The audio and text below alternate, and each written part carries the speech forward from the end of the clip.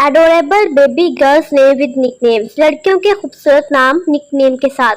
पहला नाम है आयशा। इसके साथ जो निकनेम हम रख सकते हैं वो है आशी और आयश, और इसके मायने है आराम पाने वाली, राहत सुकून से रहने वाली, और हज़रत मोहम्मद सल्लल्लाहु अलैहि वसल्लम की ज़ौजा का नाम मुबारक। नेक्स्ट नेम है महनूर। इसका जो निकनेम हम रख सकते हैं वो है नूर और मानो, और इसके मायने है चांद की रोशनी, चांद की चमक। नेक्स्ट नेम है हुरुल ऐन।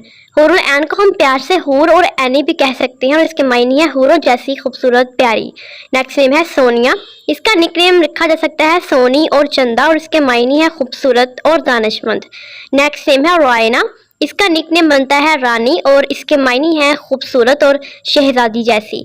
नेक्स्ट नेम है रुमैसा। इसका निकनेम बनता है रिमी, और ये एक सहाबिया का नाम है। नेक्स्ट नेम है हूरिया।